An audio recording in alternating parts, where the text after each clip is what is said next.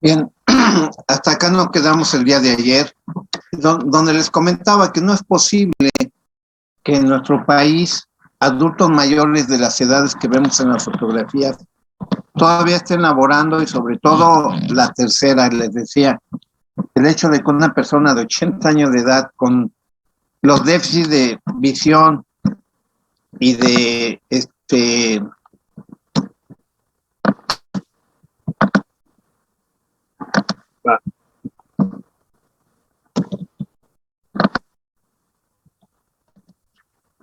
y de reflejos, pues maneje un autobús, pero así es. Ok, también en el campo sucede lo mismo. El adulto mayor, si está en condiciones, o todavía puede, o trabaja de campesino, o trabaja de artesano. Aquí.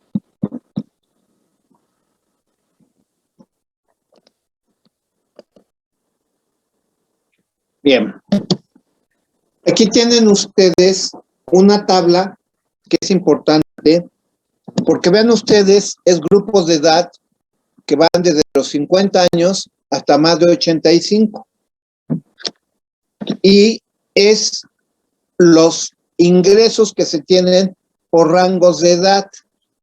Vean ustedes, aquí tenemos transferencias públicas, pensiones, bienes, propiedades, transferencias familiares, negocios, salarios y bonos. O sea, las diferentes formas en que personas de estas edades pueden estar percibiendo un ingreso. Pero vean ustedes todavía como personas de más de 80 años, y aquí todavía más de 85, tienen que seguir trabajando para poder subsistir, cuando en teoría la edad de jubilación en la mayor parte de los países del mundo, a excepción de Inglaterra y España, en donde por el aumento de la longevidad se prolongó la edad de jubilación a los 70 años de edad, en todos los demás países del mundo la edad de jubilación oficial, incluido nuestro país, es a los 65 años de edad. Y vemos reflejado en esta gráfica que personas 20 años por arriba de la edad de jubilación tienen que seguir trabajando para poder subsistir. Ahora, aquí tienen ustedes otra cuadro de concentración en donde refleja la realidad de nuestro país. Dice población de 65 o más por condición de pensionado o jubilado. El análisis que vamos a hacer es, aquí tenemos población urbana, población rural y total. Y aquí tenemos millones, que son el número de trabajadores y el porcentaje que significa. Fíjense bien, habíamos dicho, conforme a la segunda diapositiva, que la estadística marca que en nuestro país el 58% de los trabajadores trabajan en economía informal. Son los que no cotizan en instituciones y por lo tanto no tienen derecho a una jubilación o a una pensión. Quedaba el 42%. Dentro de ese 42%, fíjense bien, sí, tenemos que dice, no jubilada ni pensionada, 3.83 millones de personas que abarcan el 63.38% de la población. Este 58% subió ya 9 puntos más. Hablando de la parte urbana, pero hablando de la población rural, es el 91.55 los que no alcanzan una jubilación en las zonas rurales. Y en total, son el 73.55% de personas que laboran en nuestro país que no alcanzan una jubilación. Por lo tanto, a nivel urbano, son 1.86 millones de trabajadores que dan el 32.62%. Entonces, ese 42 probable reduce casi 10 puntos más, mientras que en la zona rural solamente se jubila el 8.45. En las proporciones, el total de personas que alcanzan una jubilación en nuestro país, en cifras reales, es el 26.45.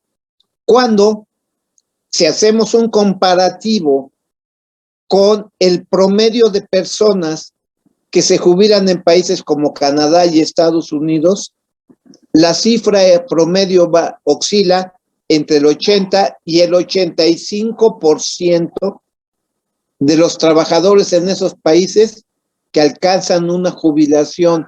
Fíjense bien las cifras, 80 a 85%, mientras que en nuestro país es el 26.5%. Aquí en la parte de abajo son personas que no hablan ni siquiera español, hablan una lengua indígena, pero todo es fiel reflejo de lo mismo. Al final de cuentas, de este tipo de personas, solamente el 7.35% alcanzan una jubilación. Así es que no hay gran diferencia. Esta es la realidad de lo que es la jubilación en nuestro país.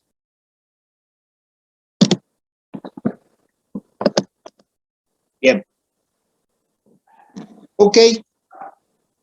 Como seres humanos, todos tenemos un ciclo vital. Si ustedes, sí, ya llevaron nuevamente la materia de medicina familiar o la están llevando, normalmente les enseñan dos ciclos vitales, que es el de Heyman y el de Duval. Uno nos da 5 fases, el otro 8. El de Heyman habla fases de matrimonio, fase de expansión, fase de,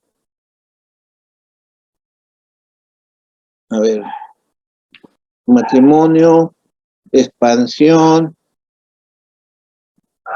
¿Recuerda alguien cuál es la tercera fase del ciclo de Heyman? Que es cuando ya se va a la escuela.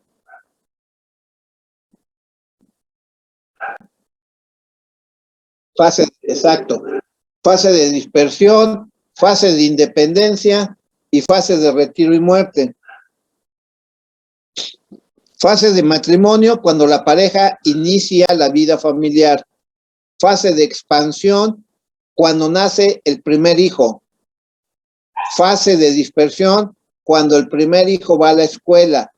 Fase de independencia, cuando alguno de los hijos se casa. Aquí ya no hablamos del primero, porque en una familia no siempre el mayor o primero es el que se casa primero.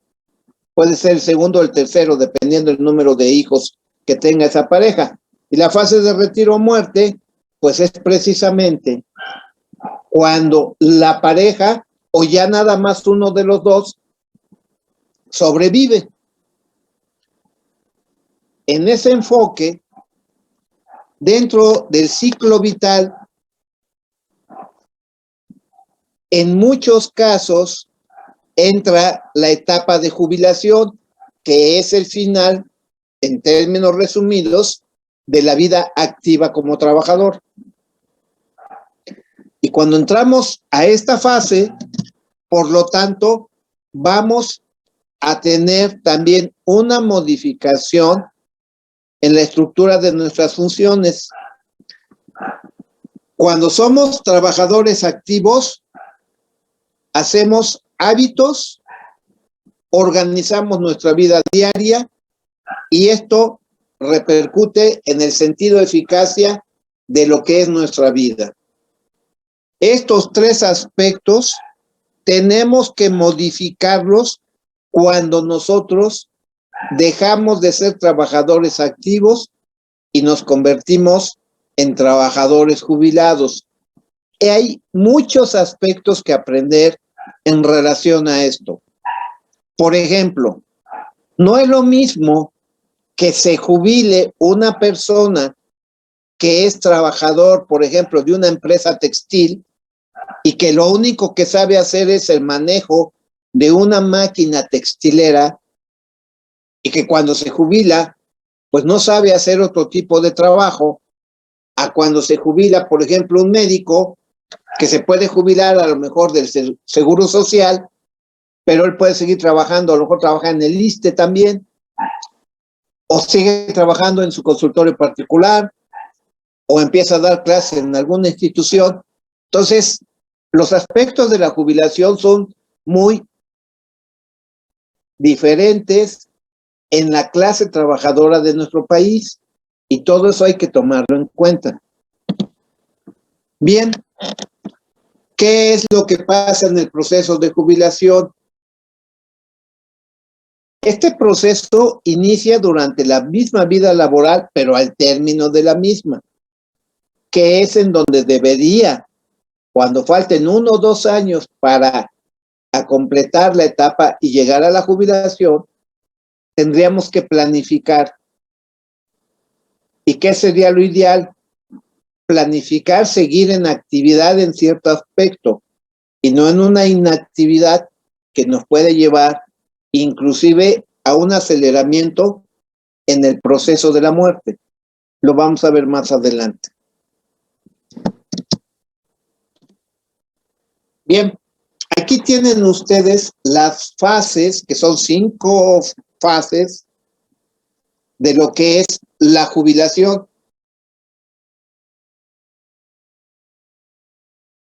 La representamos como una pirámide, en donde en la base está la prejubilación, que es la etapa que les digo, se considera la etapa de 2 años previos a la jubilación.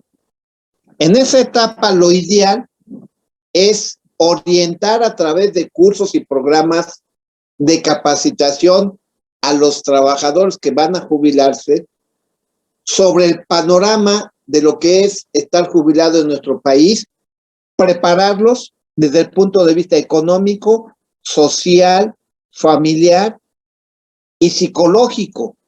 Eso sería lo ideal, porque nos jubilamos y es como cuando vamos a ser papás.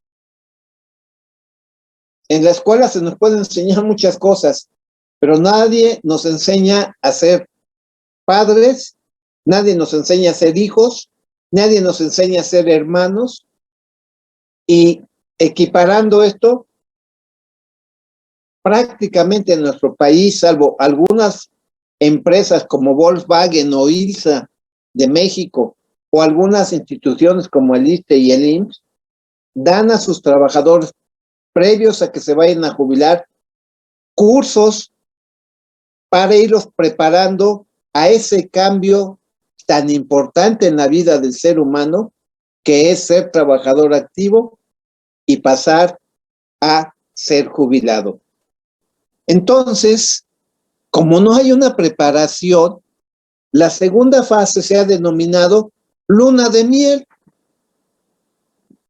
¿Por qué? Porque todas las personas que se van a jubilar empezamos a pensar, es que ahora sí ya voy a poder disponer de todo el tiempo para que yo haga lo que yo desee. Y voy a viajar, y voy a conocer lugares, y todos los días me voy a ir a tomar un café con mis amigos, y empezamos a pensar muchas cosas, porque según nosotros, ya no lo ganamos, ya trabajamos, y tenemos derecho a nuestros últimos años de vida a hacer lo que queramos. Eso es la luna de miel. La tercera fase, desencanto. Nos enfrentamos a la realidad. Caramba, yo ganaba como trabajador activo 40,000 pesos, pero esos 40,000 pesos eran 15,000 de salario base y lo demás eran prestaciones, que si estímulo de puntualidad, que si estímulo de asistencia, que ayuda de despensa y tantas prestaciones que se tienen tanto en las industrias como en las instituciones. Y que cuando nos jubilamos y ya no somos trabajadores activos, todo lo que es prestación no entra dentro de lo que es el salario base, que es con el que uno se jubila. Y eso si somos trabajadores de instituciones. Si somos trabajadores de empresas, fábricas, industrias, pues todavía ahí es peor, porque ahí ellos quedan con una pensión que les otorga el Seguro Social y que va en base al número de semanas cotizadas, la cual se divide con el promedio de salario reportado como asegurado los últimos 5 años. Y así es como en el IMSS se calcula el monto de pensión con el que queda un trabajador. Y aquí es donde les vuelvo a insistir que en nuestro país sucede algo que es verdaderamente una estafa al trabajador. Si una persona gana mensualmente 25, 30,000 pesos, el patrón, que puede ser dueño de una fábrica, de una empresa, de una industria, le dice, mira, si yo te aseguro con los 25,000 pesos que tú ganas al mes, o los 30,000, tú vas a pagar mensualmente de cuota de asegurado 3,000 y yo voy a pagar una cantidad similar. Por lo tanto, entre tú y yo vamos a pagar al Seguro Social 6,000 pesos mensuales, que te voy a tener que descontar de tu salario, más los impuestos que se te descuenten como trabajador. Yo te propongo que en vez de asegurarte con un salario de 25 o 30,000 pesos, que es lo que ganas, te voy a asegurar con un salario de 5,000 pesos. Y por lo tanto, en vez de que se te descuenten 3,000, se te van a descontar 1,000 pesos. Y uno dice, no, pues padre, sí, está bien. De todos modos, tú vas a tener atención médica, tu familia va a tener atención médica. Si tú sufres un riesgo de trabajo, pues se te va a pagar tu salario al 100%, etcétera, etcétera, etcétera. Y el trabajador acepta. Pasan los años y él cotiza en el Seguro Social con un salario que no es el real. Y así se está supuestamente ahorrando un descuento, pero el que más ahorra es el patrón.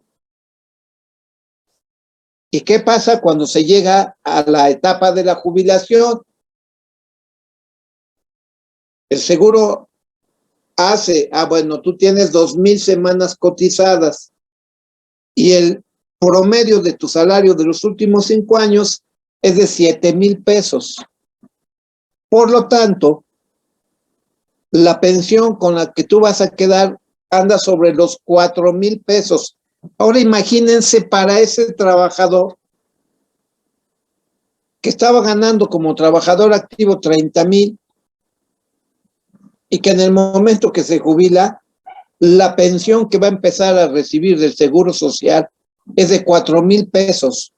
Y es de 4,000 pesos porque el salario con el que estuvo cotizando en el Seguro Social no fue de 30,000, sino en promedio fue de 5,000. Entonces vean la pérdida económica y adquisitiva que tienen los trabajadores, y esto es bien frecuente en nuestro país. Entonces, si ese trabajador hubiera cotizado con los diversos salarios desde que inicia como trabajador hasta que termina como trabajador activo, posiblemente hubiera quedado con una pensión de arriba de 20,000 pesos, que de todos modos sí tiene una pérdida de poder adquisitivo, pero no tan fuerte como la que si no cotiza con su real salario. Y entonces perdemos poder adquisitivo económico. Dentro de la sociedad no se trata igual a la persona activamente económica que al jubilado. Por edad ya tenemos ciertas limitantes. Y todo esto, todo este panorama, es esa fase de desencanto que se tiene cuando llegamos a la jubilación. Y entonces que yo voy ahora sí a poder hacer lo que yo quiera, voy a viajar, voy a hacer esto, pues nada de eso vas a poder hacer, porque con lo que vas a percibir mensualmente, a lo mejor no te va a alcanzar ni siquiera para mantenerte tú y tu pareja. Y esa es la realidad. Por lo tanto, el adulto mayor tendrá que hacer la cuarta fase, una reorientación de lo que era su vida de trabajador activo a la vida de jubilado. Si lo logra, entonces entra a una fase de estabilización que completaría la pirámide y las 5 fases de lo que es la jubilación en nuestro país. Porque esto no es aplicable en otros países, como puede ser Estados Unidos y Canadá, por las diferencias con lo que es la pensión con la que se jubilan en esos países. Bien, ya vimos que se tiene que hacer toda una serie de cambios en nuestros estilos de vida. Hablábamos capacidad adquisitiva, ya vimos que se pierde. Y se pierde grande. Por edad, ya las habilidades y capacidades no son las mismas, aunque queramos y estemos en las mejores condiciones. No es lo mismo tener 65, 70 años de edad a tener 20 o 30. Y las relaciones con otros se van perdiendo, nuestro círculo social se va perdiendo, no porque queramos. Muchos de los que eran nuestros amigos a lo mejor ya fallecieron. Otros posiblemente ya tengan una discapacidad. Entonces mi círculo social se va disminuyendo. Y yo, en muchas ocasiones, dependiendo las condiciones de salud en las que me encuentre, voy teniendo también pérdida de mi propia identidad. ¿Cuál va a ser el resultado? Se va a desarrollar un estado de estrés en el adulto mayor que normalmente lo lleva a un estado depresivo. Bien. ¿Qué determinantes influyen para saber cómo puede quedar uno como trabajador activo? Tipo de trabajo que se ha realizado. No es lo mismo alguien que tiene nivel de primaria y secundaria, que trabaja como empleado de almacén, obrero de una fábrica, a el trabajador que es profesionista y que trabaja, como por ejemplo nosotros los médicos, en una o dos instituciones que tenemos consultorio privado. Es muy diferente desde lo que percibimos como trabajadores activos y lo que seguimos percibiendo como trabajadores jubilados. Esto va en relación al nivel de ingresos. Lo que sí no es predecible es en qué situación de salud voy a llegar a la edad de jubilado. Si puedo tener problemas de salud, pero me puedo, sí, hacer las actividades de la vida diaria por mí mismo, pues estoy en las mejores condiciones de salud posibles en esa edad. Y en base a eso, los factores psicológicos, físicos y sociales van a girar sobre todo en torno a la situación de estado de salud que tenga el adulto mayor que se jubila. Aquí tenemos las actitudes hacia la jubilación. 5 posibles actitudes. Tenemos en esta foto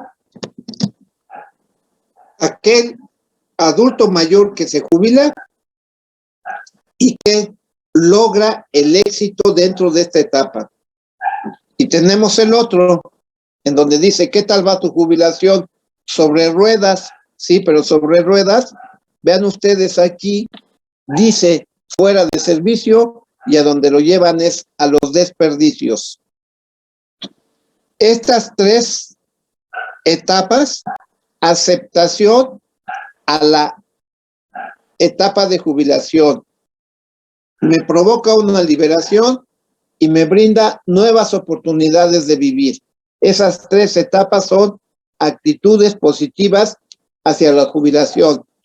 Un estado de ambivalencia o de rechazo a la misma son actitudes negativas hacia este proceso de jubilación. Otros factores de tipo psicosocial que influyen en lo que es la jubilación en nuestro país. Primero, el estado de salud. Ya les dije, no es lo mismo jubilarse valiéndose por sí solo para todo a que yo ya esté en una silla de ruedas.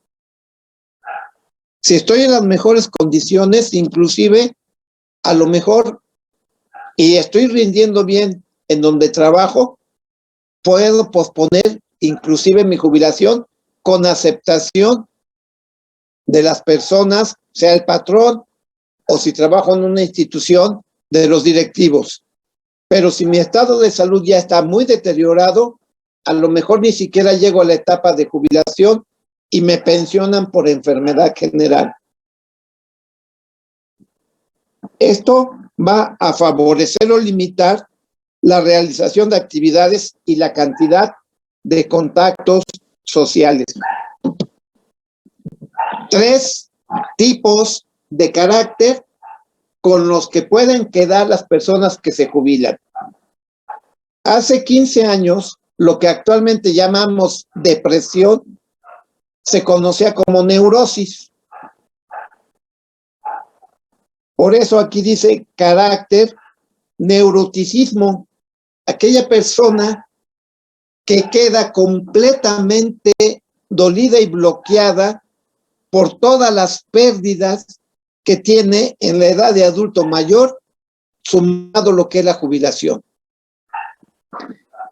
El otro, el contrario, extraversión, y la expresión con la que podemos definir este tipo de carácter es el valemadrista. Que ya no me alcanza para pagar la renta, me vale. Que mi estado de salud se está deteriorando, me vale. Que ya mi círculo de amigos prácticamente está desapareciendo, me vale. Estos dos tipos de carácter que los vamos a encontrar en adultos mayores jubilados no son los ideales.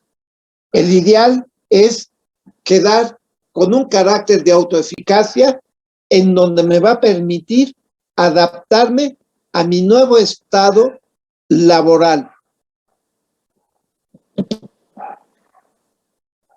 Para lograr esto, hay factores tanto intrínsecos que van en relación a mi personalidad como extrínsecos que giran a cómo voy a quedar y qué tipo de carácter voy a desarrollar.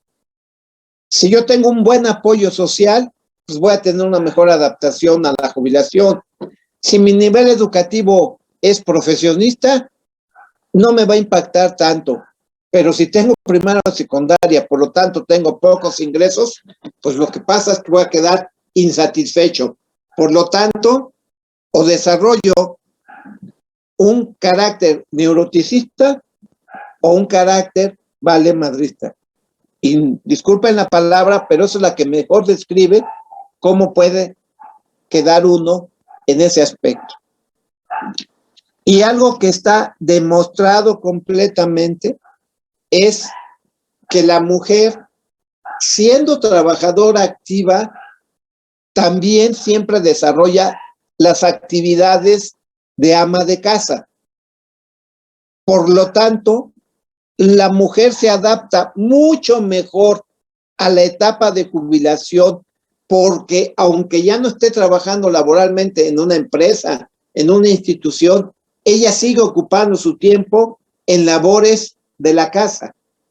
Mientras que el hombre, cuando se jubila, de pronto ya no sabe qué hacer con su tiempo libre. Y entonces está demostrado que en la etapa de jubilación la mujer se adapta mucho mejor que el hombre.